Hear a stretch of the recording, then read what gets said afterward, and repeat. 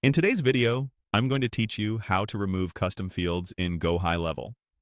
Custom fields are great for storing extra information, but over time they can pile up, get duplicated, or become outdated. Cleaning them up keeps your data tidy, your forms shorter, and your automations easier to manage.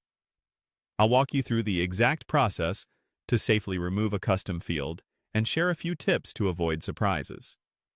First, open your GoHighLevel sub-account. Make sure you're in the specific location where the custom field exists, since fields are managed at the sub-account level. You'll need the right permissions to edit settings, so if you don't see what I'm showing, check with your account admin.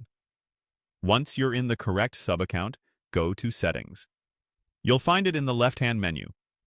This is the central place where you manage account-level preferences, including your fields, forms, and integrations. Inside Settings, click on Custom Fields. This section lists every custom field available to that sub-account. You can often filter by object type, like contacts, opportunities, or all, so you're looking at the right category. It's helpful to know which object your field belongs to, because the same label might exist for different objects. Next, locate the custom field you want to delete. Use the search bar if you have many fields, and double-check the field type and object so you don't remove the wrong one.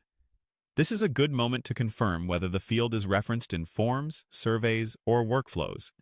If a field is tied to something important, consider replacing it first or noting where it's used so you can update those assets after deletion.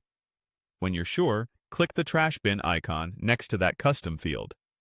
GoHighLevel may warn you if the field is in use.